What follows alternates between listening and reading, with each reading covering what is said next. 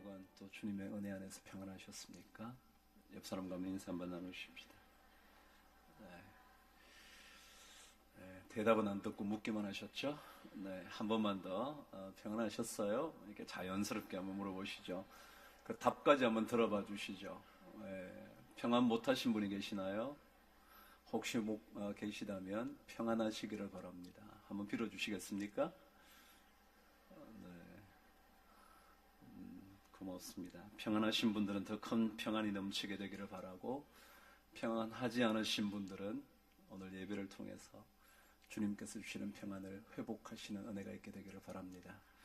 다 함께 하나님 말씀을 읽도록 하겠습니다. 시편 148편 7편 죄송합니다. 시편 147편 10절에서 15절까지 하나님의 말씀을 함께 읽도록 하겠습니다. 말씀을 찾으셨나요? 시편 147편 10절에서 15절까지 하나님의 말씀을 함께 읽습니다. 시작. 여호와는 말의 힘이 세다 하여 기뻐하지 아니하시며 사람의 다리가 억세다 하여 기뻐하지 아니하시고, 여호와는 자기를 경외하는 자들과 그의 인자하심을 바라는 자들을 기뻐하시는도다. 예루살렘아 여호와를 찬송할지어다. 시온아 내 하나님을 찬양할지어다. 그가 내 문빗장을 견고히 하시고 내 가운데에 있는 너의 자녀들에게 복을 주셨으며 내 경내를 평안하게 하시고 아름다운 밀로 너를 배불리시며 그의 명령을 땅에 보내시니 그의 말씀이 속히 달리는도다. 아멘. 여러분 한 번만 하나님의 말씀을 더 읽겠습니다. 원래는 특별히 우리가 하나님의 말씀에 더 집중하기 위해서 말씀 읽기를 또 시작했는데, 여러분들도 말씀을 다시 한번 집중해서 읽도록 하겠습니다. 시작.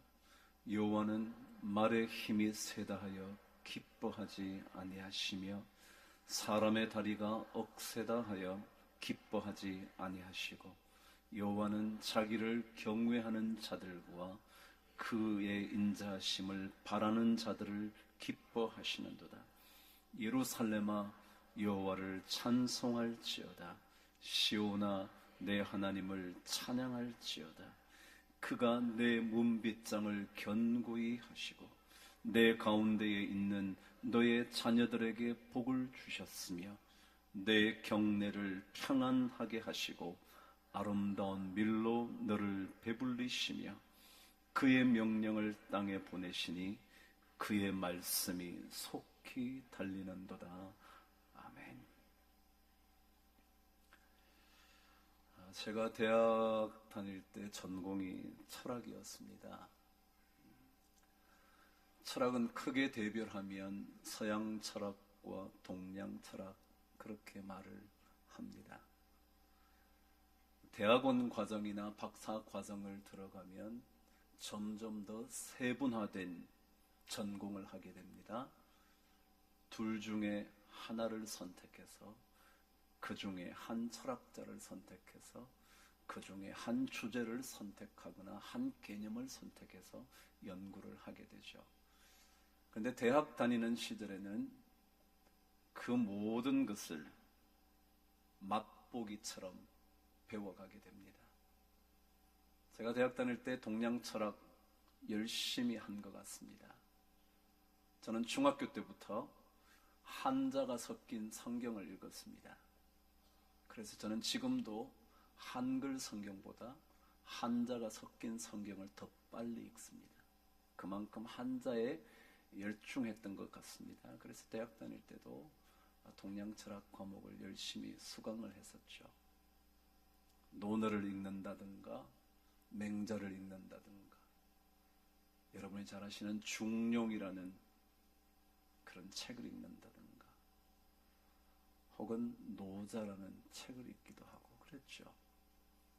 근데 그 중에 대학이라는 고전 하나가 있습니다. 그 고전에 이런 얘기 있었던 것이 최근에 책을 읽다가 또다시 기억을 떠올리게 됐죠. 이런 내용입니다. 사람이 만일 무엇을 하든지 거기에 마음을 담지 않으면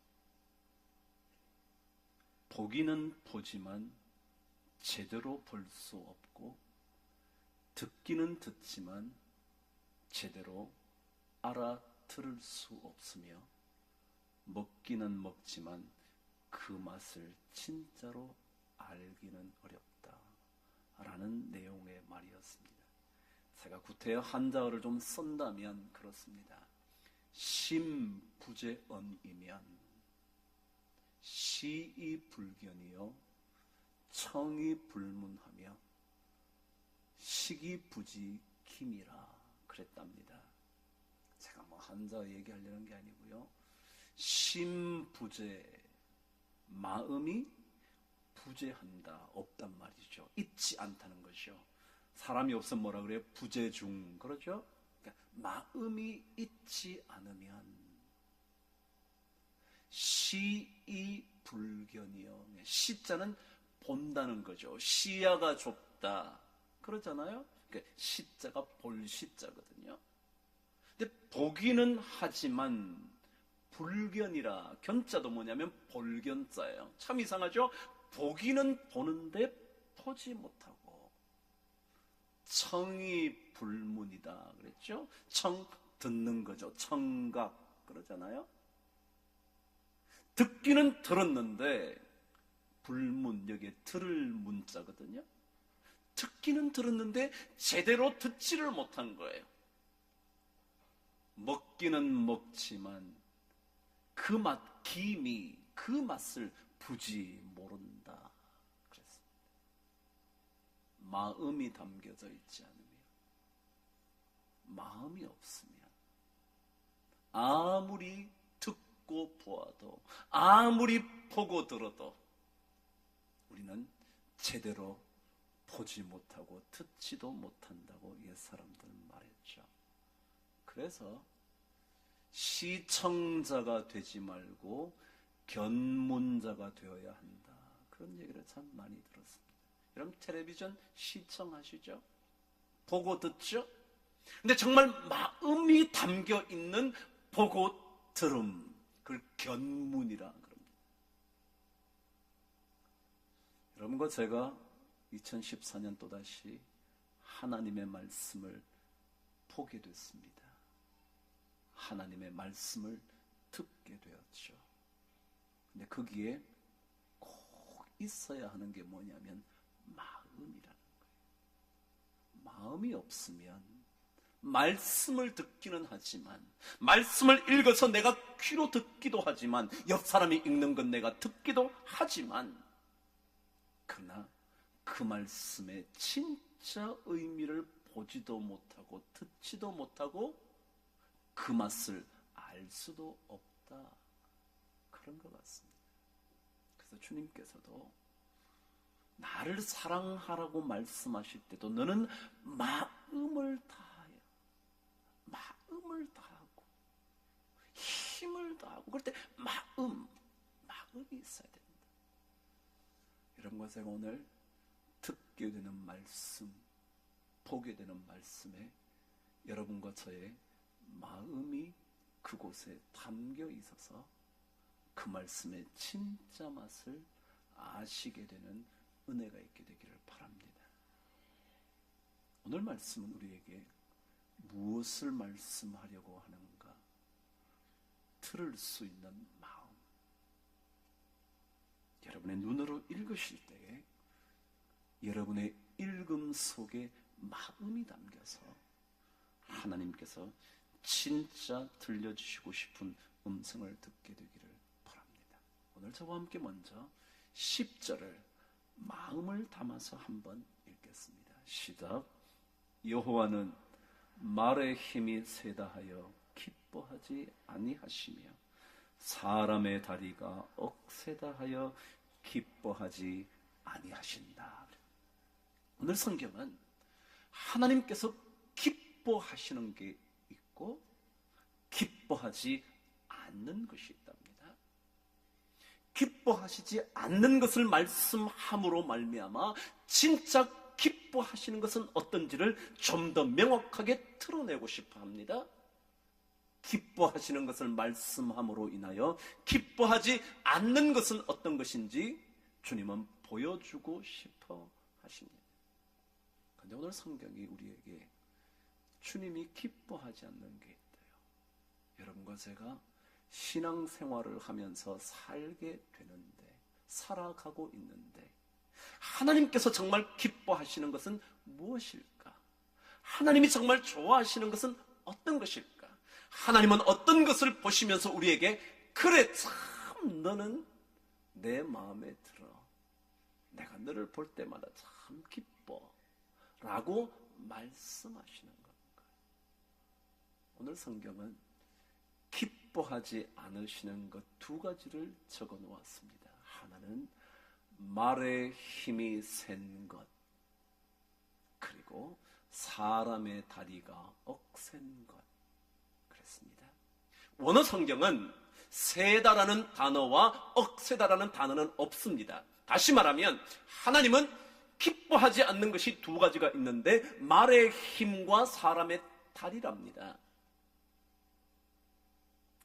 사실은 두 말이 의미가 비슷합니다. 제가 오늘 말씀을 함께 나눌 때 여러분이 듣고 보시면서 이 말씀의 뜻이 여러분과 저에게 진짜 의미 있게, 맛이 있게 깨달아지게 되기를 바랍니다. 오늘 성경이 우리에게 말의 힘을 주님께서 기뻐하지 않으신대요. 말의 힘. 말이 뭔가요? 말이죠. 근데 그 말은 우리가 가지고 있는 겁니다. 말이 말을 가지고 있는 것은 아니잖아요. 다시 말하면 말이라는 것은 우리가 지니고 있는 것, 소유하고 있는 것, 우리가 갖고 있는 것,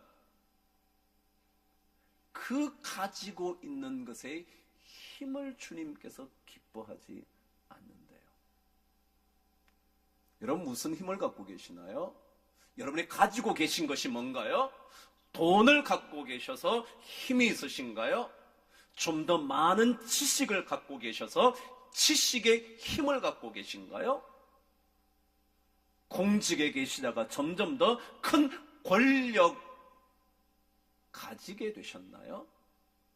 근데 주님께서 그 가지고 있는 힘을 싫어하신대요.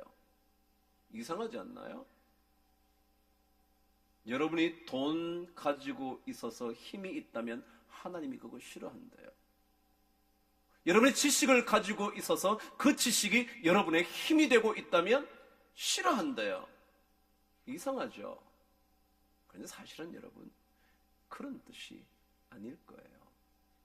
하나님께서 여러분이 돈을 많이 가지게 되어서 힘이 있는 거 왜 싫어하시겠어요? 여러분이 더 많이 배우셔서 하나님을 알 뿐만 아니라 사람들에게 가르칠 수 있는 지식이 있다는 것 왜 싫어하시겠어요?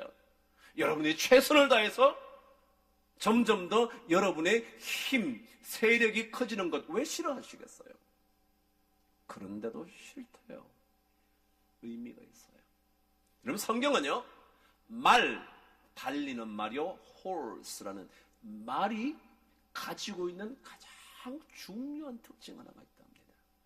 그것을 예레미야 8장 6절은 이렇게 가르쳐 줍니다. 여러분 예레미야 8장 6절로 가보시죠. 제가 가지고 있는 성경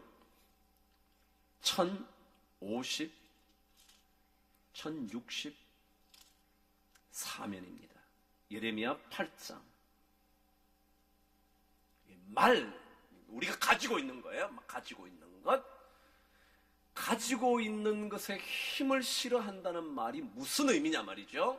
그러니까 성경에 보면 이 말에 대한 이미지가 있어요. 말이 갖고 있는 이미지, 이걸 하나님이 싫어하시는 거예요. 오늘 저와 함께 8장 6절을 읽겠습니다. 찾으셨나요? 시작. 내가 귀를 기울여 들은즉 그들이 정직을 말하지 아니하며 그들의 악을 뉘우쳐서 내가 행한 것이 무엇인고 말하는 자가 없고. 거기까지는 지금 읽은 내용이에요. 지금부터 읽는 것이 말에 대한 이미지예요. 잘 들어보시죠. 시작. 전쟁터로 향하여 달리는 말같이 각각 그 길로 행하는도다 그랬습니다. 성경에 나오는 말의 가장 중요한 이미지는 뭐냐면요, 그의 길로 행한다는 겁니다. 그의 길, 이것을 좀 더 정확하게 번역하면 자기의 길로만 간다 그런 뜻입니다. 그럼 말은요, 길들여지기 전에는 전부 다 지 맘대로 가죠. 자기 길대로, 자기 가고 싶은 대로 가요. 달리고 싶은 대로 달려요. 이게 말의 이미지입니다. 다시 말하면 하나님께서 말의 힘을 싫어하신다, 기뻐하시지 않는다는 말은 무슨 말이냐면, 여러분과 제가 가지고 있는 그것의 힘을 가지고 자기 마음대로 하는 것을 뭐 하신다? 싫어하신다. 여러분이 돈의 힘을 갖고 있는 걸 싫어하는 게 아니에요. 여러분이 많은 공부를 해서 지식을 갖고 있는 거 싫어하시는 게 아니에요. 싫어하시는 것은 그 돈의 힘을 가지고 자기 하고 싶은 대로 마음대로 하는 것, 그 지식을 가지고 자기가 행하고 싶은 대로 행하는 것, 권력을 가지고 지가 원하는 대로 마구마구 그 권력을 쓰는 것, 그것을 싫어한대요. 하나님께서 여러분에게 모든 것을 허락하시는 분이 어찌 여러분이 가지게 되신 것을 싫어하시겠습니까? 더 열심히 땀을 흘려 벌게 된 돈을 왜 싫어하시겠습니까? 여러분이 성실과 최선을 다해서 얻게 된 지식과 권력과 여러분의 지위를 하나님께서 왜 기뻐하시지 않으시겠습니까? 그게 아니라 여러분이 가지게 된 힘, 말의 힘, 그것이 여러분과 저 자신의 마음대로 쓰여질 때, 돈을 많이 갖게 됐는데 그것을 여러분 마음대로 쓸 때, 오늘 말씀대로 전쟁터로 향하는 말처럼 각각 그의 길로 가는 거예요. His own course. 영어는 그렇게 번역해요. His own course는 거예요. 그가 가지게 된 자기 자신만의 코스가 있다는 거예요. 코스. 그 코스로 가는 거예요. 하나님이 말하는 거 관계없어요. 내가 내 돈 벌었는데 내 마음대로 써야지 라고 말하는 거, 그것을 싫어하신대요. 사람의 다리가 억센 것도 기뻐하니, 이것도 똑같은 말입니다. 여러분, 다리는 뭐 하는 거예요? 걸어가는 거죠. 그죠? 걸어가는, 자기가 갈 수 있는 대로 가는 거예요. 지가 원하는 대로 가는 거예요. 자기가 하고 싶지 않으면 안 가는 거예요. 가고 싶으면 글로 막 가는 거예요. 아무리 말려도 가는 거예요. 그게 사람의 다리라는 뜻이에요. 주님께서 부활하신 다음에 제자인 베드로에게 하신 말씀이 있었어요. 요한복음 21장 18절에 한번 들어가 보시죠. 요한복음 21장 18절 한번 찾아보시죠. 그리고 시편을 잘 마크를 해놓으세요. 다시 되돌아와야 되니까. 요한복음 21장 18절 읽어보실까요? 시작. 내가 진실로 진실로 내게 이르노니 내가 젊어서는 뭐예요? 힘이 있을 때, 마치 말의 힘 같은 느낌이 들잖아요. 젊어서는 시작. 스스로 띠띠고 원하는 대로 다녔거니와. 원하는 대로, 여러분, 우리가 원하는 대로 하는 것, 사람의 다리가 억세서 내가 가고 싶은 대로 다 갈 수 있는 것, 그래서 그것대로 움직이는 것, 그것을 하나님이 싫어하신대요. 우리 인간이 그렇죠. 특별히 힘이 좀 생기고 나면 더 그런 특징이 있죠. 힘이 없을 때는 함부로 하지 않다가 힘이 생기면 함부로 지가 하고 싶은 대로 하죠. 돈 좀 못 벌 때는 부인에게 큰 소리 못 치다가 돈 좀 벌면 큰 소리 치죠. 자식에게 제대로 채워주지 못하다가 돈 좀 벌어서 잘 손에 쥐어줄 수 있게 되면 자식을 내 마음대로 하려고 그러죠. 하나님은 그걸 싫어하신다. 힘이 있으니 못할 게 뭐가 있겠습니까? 다 할 수 있겠죠. 그래서 자기가 원하는 대로 하게 될 때 하나님은 그것을 기뻐하시지 않는 겁니다. 여러분과 저의 힘을 믿고 마음 내키는 대로 다 할 수 있다고 생각하는 것, 그것을 하나님은 기뻐하시지 않는다고 성경은 가르쳐 줍니다. 근데 여러분, 사실 곰곰이 생각해 보세요. 곰곰이. 옛 사람들은요, 호학심사라 그랬어요. 호, 좋아할 호자, 학, 배울 학자. 배우기를 좋아하고, 심자, 깊을 심자, 사, 생각할 사자. 배우기를 좋아하시고 생각을 깊이 해라 그랬어요. 여러분, 한번 가만히 생각해 보세요. 우리가 힘이 있으니까, 가지고 있는 것에 힘을 가지고 있으니까 그것 가지고 마음대로 하면 다 할 수 있는 것처럼 느껴지지만 가만히 생각해 보세요. 사실은 그것으로 모든 게 되는 게 아니라는 것 아시지 않나요? 돈 가지고 다 될 것 같지만 안 된다는 것, 사실은 조금만 더 깊이 생각해 보시면 아시지 않나요? 내가 건강해서 마음대로 다 할 수 있을 것 같지만 어쩌다가 건강에 적신호가 찾아오면 아무것도 못하게 될 수도 있다는 건 여러분 아시지 않나요? 조금만 더 깊이 생각해 보시면. 그래서 주님은 미리 우리에게 가르쳐줘요. 조금 더 생각해 봐라야. 네가 가지고 있는 말에 힘이 있다고? 네가 다리가 참 튼튼해서 네 마음대로 갈 수 있다고? 원하는 것 다 할 수 있다고 생각한다고? 그거 아니잖아 라고 주님께서 말씀하시는 거죠. 정말 그렇지 않나요? 우리의 마음대로 되지 않는 게 얼마나 많은가요? 자식이 여러분의 마음대로 되시던가요? 건강을 우리 마음대로 건강하고 싶다고 하게 될 수 있던가요? 우리는 뒤늦게 깨닫잖아요. 우리가 지니고 있는 그 무엇의 힘으로 되는 게 없는 때가 더 많은데 우리는 조금만 힘이 생기면 그것을 가지고 말처럼 자기가 원하는 대로 마구 달려가는 그런 인생을 살지 않는가. 그것을 주님은 기뻐하지 않는다. 우리 성도들의 건강에 이상이 생겼다는 소식을 들으면 참 마음이 아프죠. 가정이 생각지도 못한 어려움에 부닥치게 됐을 때 고통스러워하는 모습을 보면 참 제 마음도 점여오죠. 그럴 때마다 정말 숙연해지고 겸손해지죠. 우리가 가지고 있는 말의 힘, 우리의 든든한 인생의 다리 같은 것으로 우리가 마음대로 갈 수 있다고 생각했던 것들이 얼마나 아닌가, 잘못된 생각인가 알 수 있게 되지 않나요? 하나님은 정말 우리에게 기뻐하지 않는 것 있다는 사실, 마음을 담아 여러분이 들을 수 있게 되기를 바랍니다. 그렇다면 하나님은 뭘 기뻐하실까?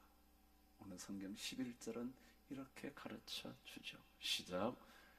여호와는 자기를 경외하는 자들과 그의 인자하심을 바라는 자들을 기뻐하시는도다. 하나님이 기뻐하시는 게 있대요.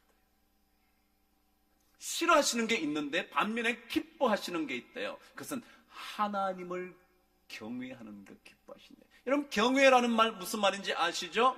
쉽게 표현하면 두려워한다, 그런 뜻이랬죠. 그래서 영어로 fear, 두려움. 그러니까 하나님 두려운 줄 알아야 된다는 거죠.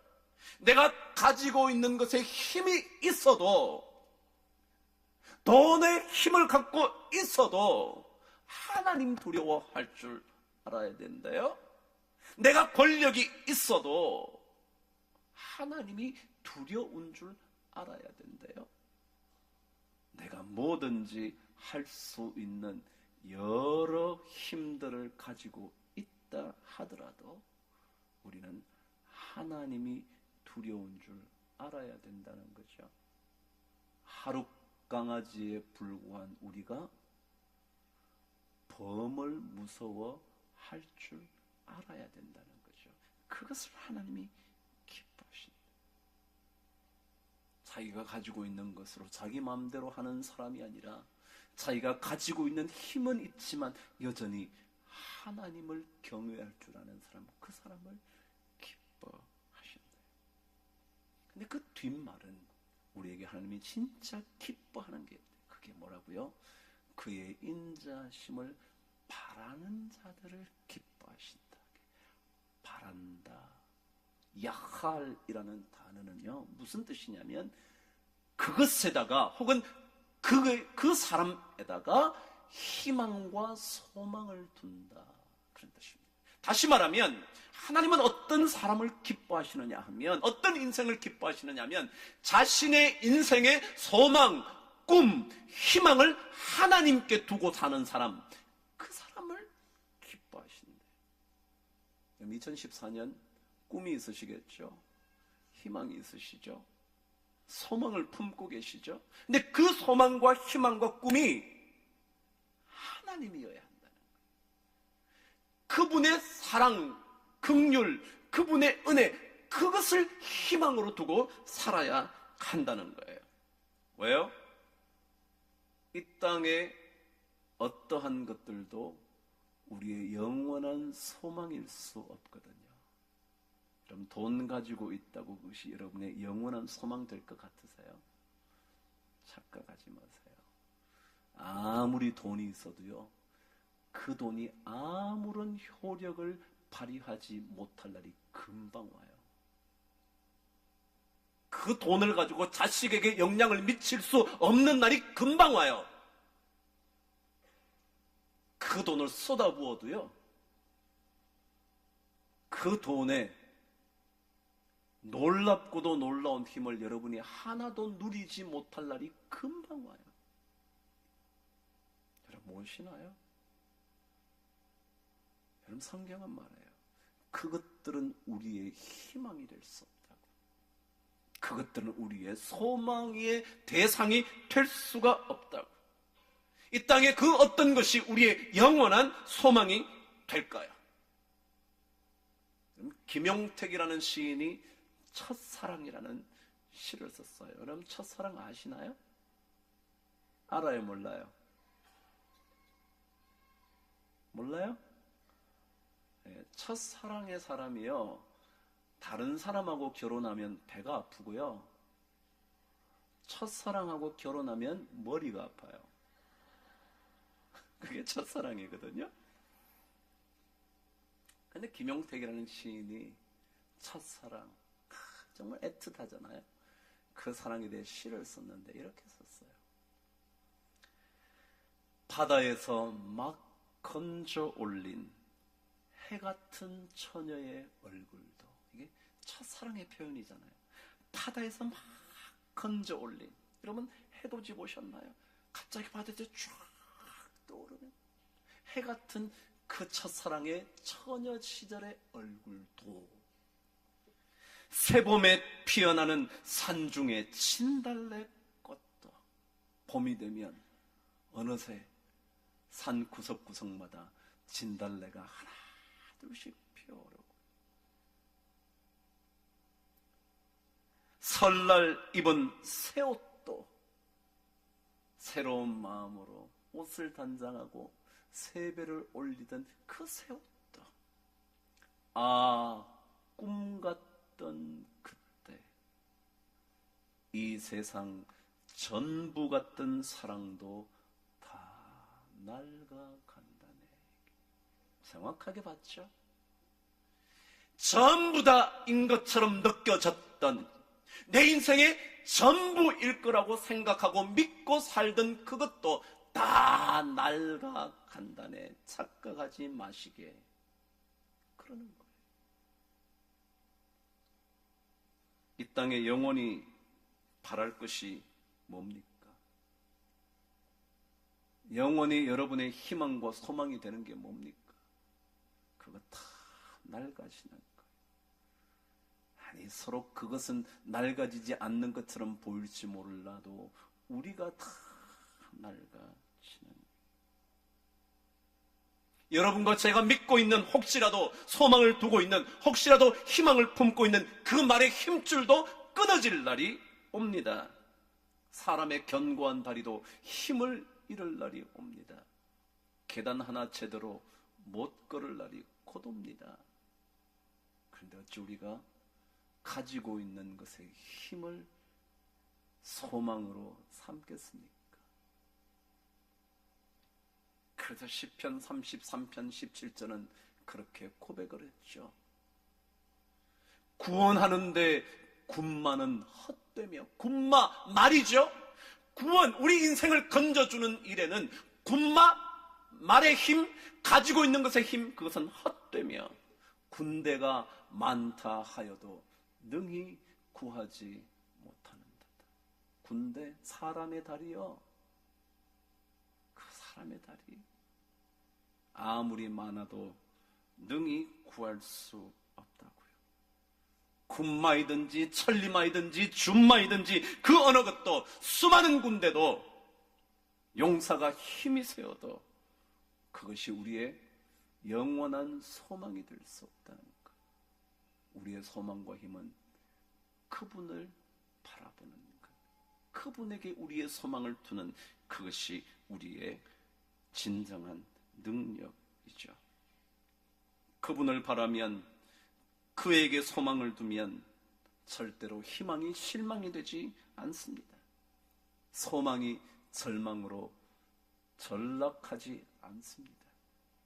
오늘 성경 13절과 14절은 그 이야기를 이렇게 설명을 하고 있죠. 읽어보실까요? 시작. 그가 내 문빗장을 견고히 하시고 내 가운데에 있는 너의 자녀들에게 복을 주셨으며 내 경내를 평안하게 하시고 아름다운 밀로 너를 배불리실 거니까 다른 것에 소망을 두지 말고, 여러분이 가지고 있는 것에 소망을 두지 말고, 가지게 된 힘을 여러분의 능력으로 생각지 말고 그분을 바라보는 것, 그 사람에게 하나님은 배반하지 않는다는 겁니다.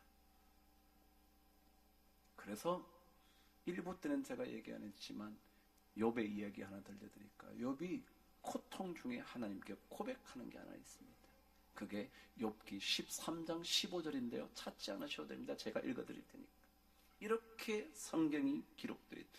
그가 나를 죽이시리니 내가 희망이 없노라. 그렇게 번역되어 있는 13장 15절인데요. 원래 그 번역은 이런 뜻입니다. 그가 나를 죽이신다 해도 나는 그를 바랄 것이다 라는 번역입니다. 집에 가서 나중에 기록해 놓으세요. 13장 15절에 그가 나를 죽이시리니 내가 희망이 없다, 그런 뜻이 아니고요.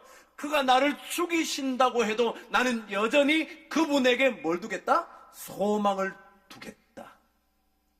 그게 우리 고백. 그걸 하나님이 기뻐하신다는 거예요. 그 고백을 하게 될 때 하나님은 13절 14절에 약속하신 모든 축복을 다 내려주신다는 거예요. 여러분, 올해가 갑오년이에요. 갑오년 그러면 떠오르는 말이 갑오경장이라는 겁니다. 그러니까 갑오년, 갑 갑자로 따져서 60년 지나고 나면 또다시 갑자가 오고 또다시 갑자가 오고, 갑오가 되면 60년 뒤에 또 갑오가 오고 그 다음에 또 60년에 갑오가 오는데, 지금부터 120년 전, 그러니까 갑오로 따져서 2번 지난 그 1894년이 갑오년이었는데, 그때 우리나라에 갑오 경장이 일어났습니다. 그것을 우리는 갑오 개혁이라고 말하기도 합니다. 원래가 갑오년이다 보니까 그 역사에 대하여 많은 설명이 있더군요. 그 중에 한 얘기를 제가 들려드릴게요. 그때가 나라를 새롭게 한번 해보자, 이 조선을 한번 새롭게 해보자, 그래서 개혁을 하고 싶었던 거예요. 정치도 개혁하고 싶었고 사회도 개혁하고 싶어서, 예를 들어 정치에서는 과거제를 없애자, 이거 과거제 때문에 이거 과거에 통과하지 못한 사람은 인생을 너무너무 불행하게 살더라, 이거 없애자. 사회를 변화시키는데도 이게 신분제가 너무 심각하더라, 뭐 양반 쌍놈 이것 때문에 너무 골치 아프더라. 그리고 더더욱이 과부들은 아예 결혼도 못하게 해가지고요, 평생토록 고통스럽게 과부들이 살겠더라. 그래서 과부를 다시 결혼할 수 있도록, 제가할 수 있도록 법도 바꾸고, 뭐 이런 등등의 일들을 바꾸려고 했던 겁니다. 그런데 그 갑오 경장은 실패합니다. 그런데 이유는 이런 것이었습니다. 1894년에 사실은 동학농민운동이 있었습니다. 살기가 너무 어려워서 농민들이 반란을 일으킨 거죠. 동학농민운동이 일어나자 이것을 막을 길이 없던 조정이 누구의 힘을 비느냐 하면 청나라의 힘을 빌립니다. 그래서 청나라에게, 중국이죠, 그 당시 말이죠, 청나라에게 도움을 요청합니다.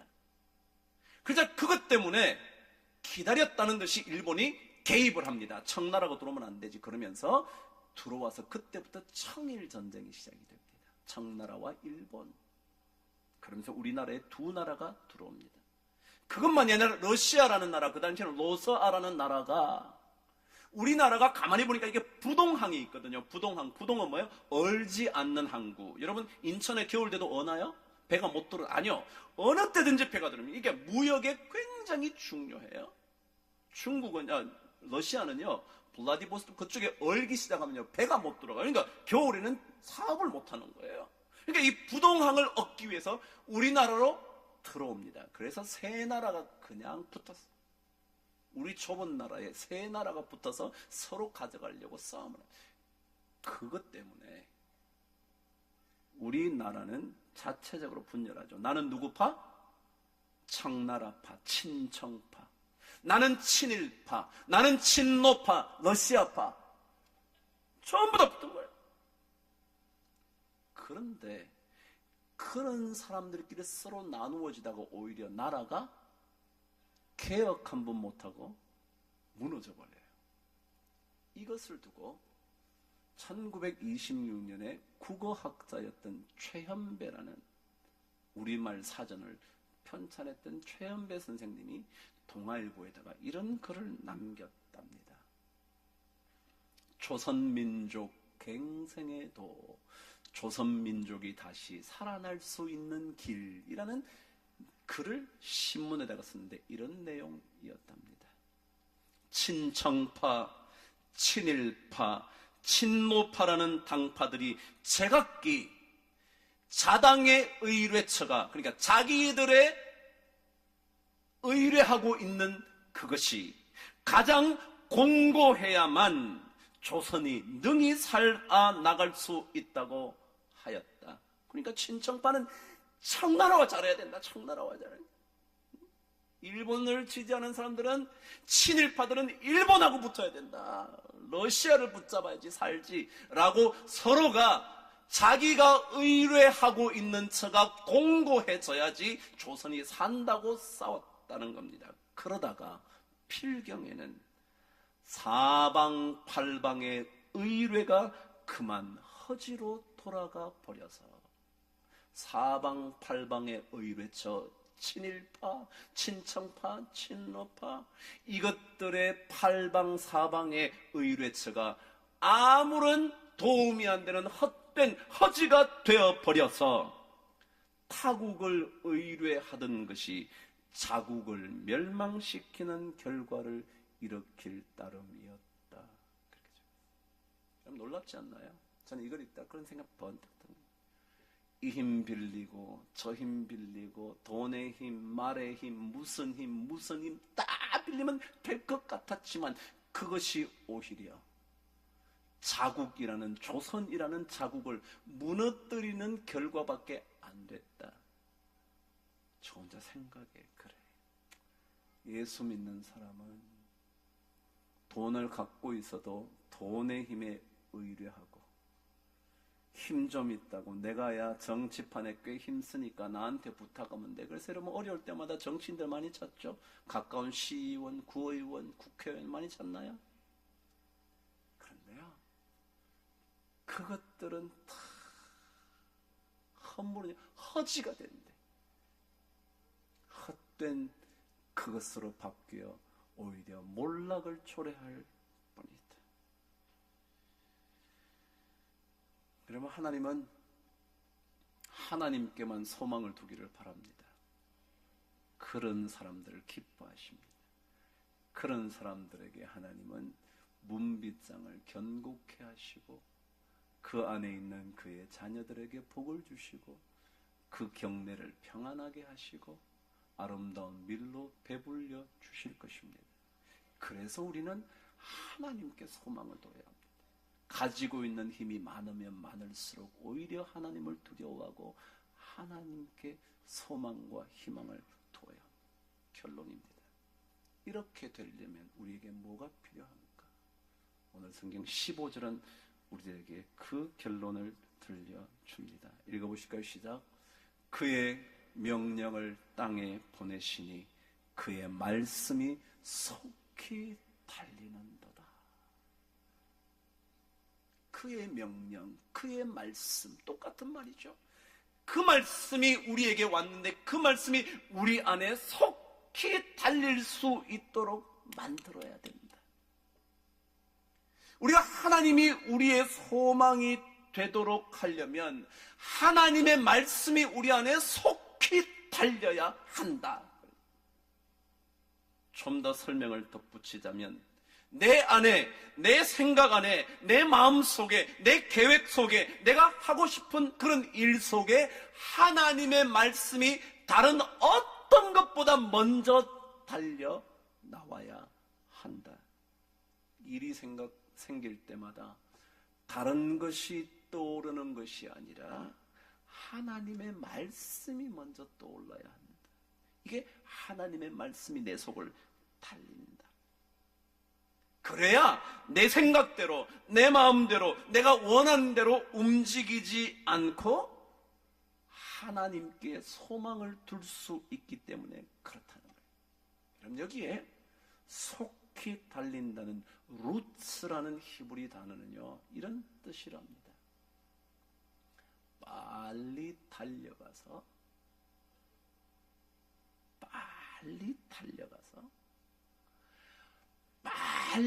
달려가서 환영하면서 가지고 온다. 다시 한번요. 빨리 달려가서 뭐라고요? 환영하면서 가지고 온다. 하나님의 말씀을 우리가 어떻게 하라고요? 막 빨리 달려가서 그 말씀을 가지고 온다. 이게 루츠라는 단어예요. 속히 달린다. Run swiftly. 빨리 달린다는 뜻이 뭐냐면 빨리 달려나가가지고 환영하면서 빨리 갖고 오는 거예요. 예수 믿는 사람들은 하나님의 말씀을 빨리 환영하면서 갖고 와야만 합니다. 그래서 그것이 우리 삶 속에 달릴 수 있도록 오늘 주제죠. 하나님의 말씀을 달리게 하십시오. 여러분, 하나님의 말씀은요, 글이 아니에요. 하나님의 말씀은 능력이에요. 왜요? 하나님은 말씀으로 없는 것들을 창조하셨어요. 말씀으로 모든 것을 지으셨죠. 그러니까 말씀은 능력이거든요. 그러니까 이 말씀이 우리 안에 달리게 해야 돼. 하나님의 능력이 우리 안에 달려야지 다른 것들이 우리에게 능력이 되면 안 돼요. 그래서 하박국 선지자가 하나님의 음성을 들었을 때 이런 얘기를 듣게 되었잖아요. 하박국서 2장 2절에 여호와께서 내게 대답하여 이르시되 너는 이 묵시를 기록하여 판에 명백히 새기되, 그 다음 뭐예요? 달려가면서도 읽을 수 있게 해라. 빨리 달리면서도 말씀이 우리에게 들려지도록 합니다. 우리 인생의 길 너무너무 바쁘게 지나갈 때에도 하나님의 말씀이 우리에게 읽혀져야 돼요. 마음을 담아 하나님의 말씀을 읽고 들어야 돼요. 그렇게 되면 이 묵시는 정한 때가 있나니 결코 거짓되지 아니하리라. 비록 더딜지라도 기다리라. 지체되지 않고 반드시 응하리라. 그런 거예요. 하나님의 말씀이 우리 인생에 아무리 바쁜 인생, 돈 잘 벌어서 바쁘고 돈이 안 벌려져서 다른 일에 마구 우리 인생을 몰고 갈 그때에도 말씀을 읽을 수 있도록 하라. 말씀을 달리게 하면 그때 하나님의 능력이, 하나님의 은혜가, 하나님의 약속하신 축복이 임하게 될 줄 믿습니다. 2014년 여러분과 함께 살아가기 시작합니다. 잘 살아야겠죠. 우리 인생을 함부로 살 수 없죠. 그래서 우리는 진지하게 살아야 한다 그렇죠. 그럼 진지하다라는 말은 참진, 지자가 뭐냐면 붙잡을 지, 잡을 지자예요. 물론 도탑다, 아주 신실하고 그렇다 그런 뜻도 있지만 잡을 지자예요. 제가 한번 말해볼까요? 진지하게 산다는 건 뭐냐면 진짜로 잡을 걸 잡아야 돼요. 다른 것 잡으면 아까 뭐라고요? 다 낡아지리라. 근데 진짜 잡을 것, 하나님의 긍휼과 인자하심을 우리가 희망으로 삼아야 되는 그것을 붙잡으면, 그 진지하게 살면, 진짜 잡아야 될 것을 잡으면, 그러면 그 인생은 하나님의 약속한 것 반드시 응하게 되는, 응답받게 되는 그런 축복의 인생 될 줄 믿습니다. 2014년 여러분과 제 가운데 하나님의 말씀이 늘 달릴 수 있는 그런 은혜로운 한 해가 되기를 주의 이름으로 축복합니다. 기도하겠습니다. 하나님 아버지, 오늘도 주님의 말씀을 듣습니다. 마음이 담겨져 있는 들음이 되게 하여 주셔서 듣고도 들리지 않는 인생이 아니라 들어서 그 진짜 맛을 깨닫는 삶이 되도록 축복하여 주시옵소서. 여러 일들을 만날 때 하나님의 말씀이 속히 달릴 수 있도록, 달려가서 환영하며 그 말씀을 가져올 수 있도록 우리로 하여금 하나님의 말씀에 붙들려 살게 하여 주시옵소서. 예수님 이름으로 기도드립니다. 아멘.